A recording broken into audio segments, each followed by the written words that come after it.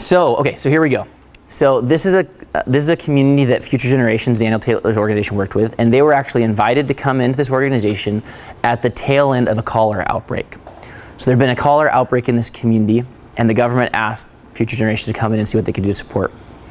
I don't remember the exact numbers, but there was somewhere in the ballpark of like 20 or 30 people that had died, and a whole bunch of other people that had gotten cholera. And so when Future Generations came in, the very first thing they did was they brought the community together, and they started a conversation to be able to get all the information from the community, allow the community to share the information of what happened. So who got sick, what were their symptoms, did they recover, did they pass away, how old were they, getting all the information from the community so they could really look authentically at like what really happened and have a conversation based upon real information, because they quickly found out that the information the government gave them about what had happened was actually pretty far off, and so they had to start with like what was real. From that place, in that very initial day when emotions were the highest and people were really feeling as though they had been in this really destitute situation because children, brothers, sisters, parents had passed away from this epidemic in this community. Future Generations used that as a learning opportunity and actually taught them about what they could do in the future to be able to prevent the same type of tragedy from the cholera outbreak epidemic. And they taught them the oral rehydration therapy that we've talked about, where they could be able to use what they had available to themselves to be able to save the lives of their family members, and more importantly than that, but show them that they could take the health of their family into their own hands. And they created a really simple model to be able to do it, so there was no confusion. They said, take a beer bottle, because they had glass beer bottles in the community, fill it with water, take 1 cap of salt, put it in the water, take 1 cap of sugar, or I think they actually used rice flour, put it in the water, shake it up, and have somebody drink it.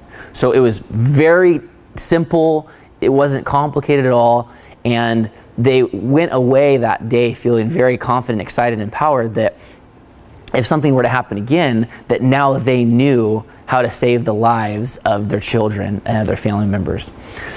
They scheduled for the next day to come back and to do a deeper analysis with the community to look into what happened even further.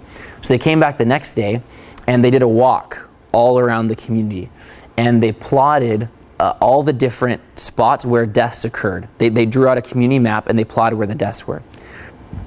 They also noticed as they were walking around that many of there was a water system in the community. So there was little plastic pipes that were bringing waters to the homes, but a lot of these pipes had cracks in them. And so there was these big puddles in the streets and stuff from where the cracks were.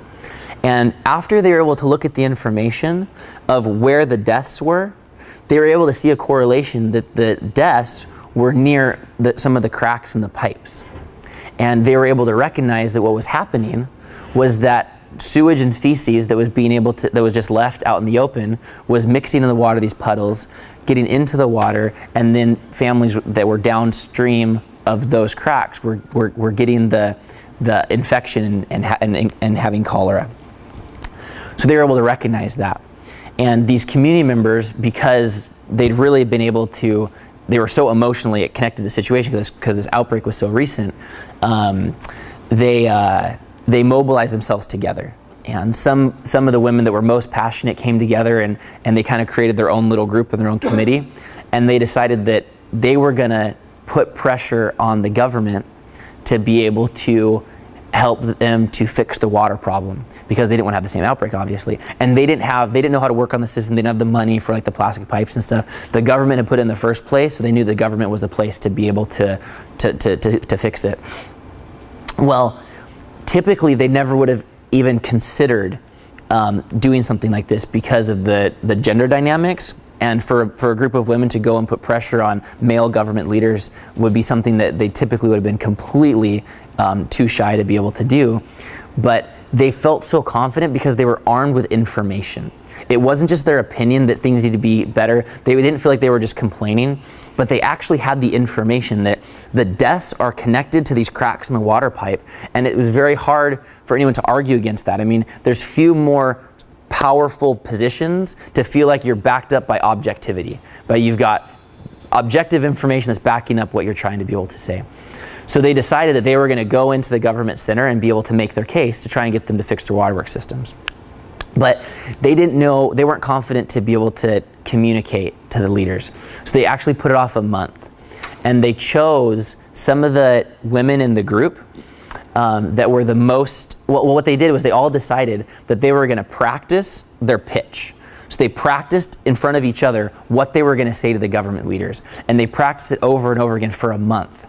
And at the end of the month, they chose the women that were the best at being able to convey this information. And they pooled money together, and they sent those women to take the bus and go off to the local government to be able to talk to them.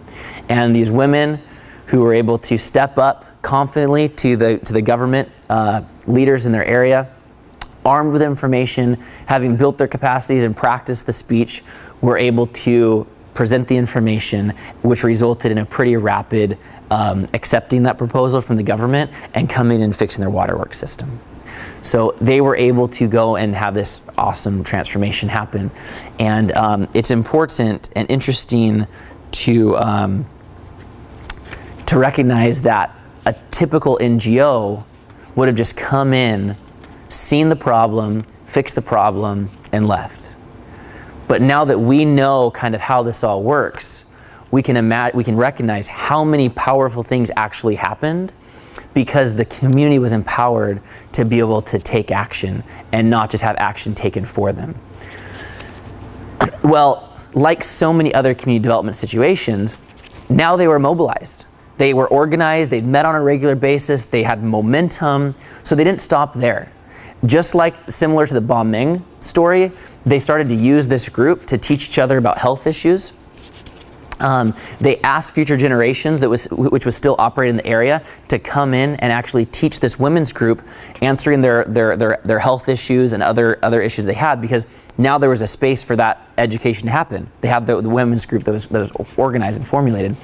This women's group spun off, just like the Ba Ming example. They started doing gardening projects, they started income generating projects, they started to do literacy education. So they're able to just essentially go through the process with these different types of things: agriculture, income generation, literacy, create their own work plans and set these things into action and continue to see these results in their community. And also, like the Ba Ming example, the men started getting involved, men started carrying out their own programs. These women got so fired up and they became so effective in educating and understanding community health that they actually started going to other communities and working with other community leaders and teaching them how those community members could increase the health of their own areas through sanitation improvement and other types of things. It was shown that this effort was an integral part of transforming the gender dynamics in this region. Previously, the gender inequality had been a major issue. In fact, there was just a lot of verbal and physical abuse that happened between men to women in the area, and in some ways, the men didn't see their women as very valuable because they were just taking care of the homes, taking care of the children. But it was the men that were really going out and farming the cash crops or doing whatever they were doing to bring money into the family. Well, now all of a sudden, the women started bringing in money to the family also. Now all of a sudden, the women started to be learning new things and having valuable new opinions and having even a countenance about them of learning and growing and developing that the men couldn't deny that. And so they started to be able to treat the women greater as equals. A couple stories to highlight that is, one, the women started a literacy class on Sunday mornings because they wanted to learn how to read. And after this was going for a couple months, the Catholic priest came to them and said, "You cannot do literacy class anymore, you're missing mass, and you're supposed to be at church." And they said, "Well, we really want to learn how to read." And so they continued to be able to have their literacy classes, and a couple weeks later, the priest changed the time of Mass to be later in the afternoon. And of course, the women made it a special point to go to Mass now, so they could be able to see that what was important to them was also valuable in the community. And by standing behind that, people were able to start to recognize that.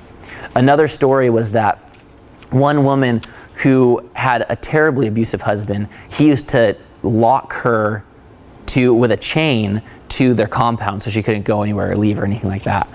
And that wasn't all the time, that was under some circumstances. She was also a part of these women's groups and part of the health improvement. Well, as she started to gain greater confidence in her own abilities, that she felt like she'd been so belittled for so much of her life, now she saw herself as the center of positive transformation for her community, and she saw her self-worth and her value increase. And so she actually, the first thing that she did specifically was she told her husband that she didn't want her husband to come into bed with dirty feet. That was a really big deal for her because she'd never told her husband anything. And through the confidence that she had to talk that through with her husband, they were able to have a conversation, which was the first time they'd ever had a conversation like that, which led to a whole slew of other conversations. And over the course of a couple of years, they were able to completely transform their relationship, their marriage, and see each other more as equals. And a large part of that was because she saw herself as valuable enough to have conversations like that. And it was a result of being a part of the seed scale model that shifted the way that she even saw herself. Another really cool story is that this group of women, they got the information, the basic health information they needed from future generations, but they wanted to continue to learn more. They wanted to learn more about maternal health, about child development, about basic science and things like that. And so there's a local doctor, a male, in the area that they asked, will you come and teach us even more about health? Because we've got these women's groups that we're coming together. And he looked down on him because I think it was a caste issue. And so he looked down on him and said, no, I'm not going to be able to do that. That's below my caste. I wouldn't interact with you guys, with you women. And so, they really took like a creative approach on what they could do to be able to get this guy to teach them. And so they approached him later and they said, we see that your health clinic is always dirty. And we would love to be able to trade you. We'll keep your health clinic perfectly clean all the time, and you teach us once a week so that we can better understand our health and science. He said yes. And so then they were able to convince him to come and teach them, and then they were able to even further develop their understanding of how the female body worked, about childbirth, about infant development and child development, and other things that they were so interested to know more about.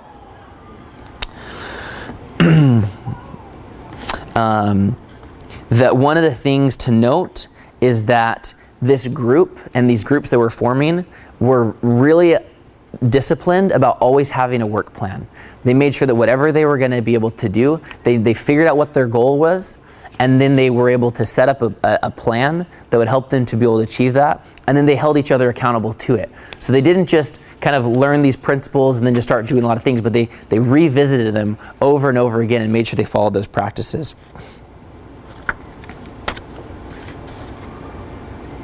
And then the last thing that I'll mention is that these women's groups, they started to become so successful that they were able to travel to different communities to be able to learn more about other ways they can make their communities better. So in the process, from outside communities, they learned more about health improvement. They learned all about alcohol abuse and how to be able to address that. They learned about growing and using medicinal plants and spices. They learned about planting new trees they weren't familiar with before. So they were able to they just got hungry. They just followed these processes, and they constantly set themselves up for more and more success. After several years, this resulted in over 26 women's groups that were formulated, that were doing all of these same types of things in this whole region. And the region actually started to get international recognition. And in the years later, organizations sent their people from all over the world to go to Palin to see what they were doing. Sometimes I just get choked up a little bit. To see what they were doing and how that had been able to, what was really responsible for such a huge transformation. And if we go back and revisit again one last time, the typical traditional development model would have been to do what? To see the problem, fix the problem, and leave. But because future generations went in with this human-centered participatory development approach and focused on teaching a process rather than just getting short-term tangible results they could take a picture of, 4 or 5 years later, the entire region had been able to transform, right? They've been able to serve as a catalyst to be able to light fires of human empowerment that were able to continue to burn brighter and brighter and hotter. And does the area still have problems? Absolutely. But do the people of the area know how to be able to address a problem and figure out how to be able to work towards a solution? Absolutely. And it's that end result that we're really trying to be able to get to with community development work. It's not to be able to solve the problem or get the short-term results, but it's to leave a community behind in such a way that they're more capable to identify their own problems, discover their own solutions, and implement those solutions with their own available resources.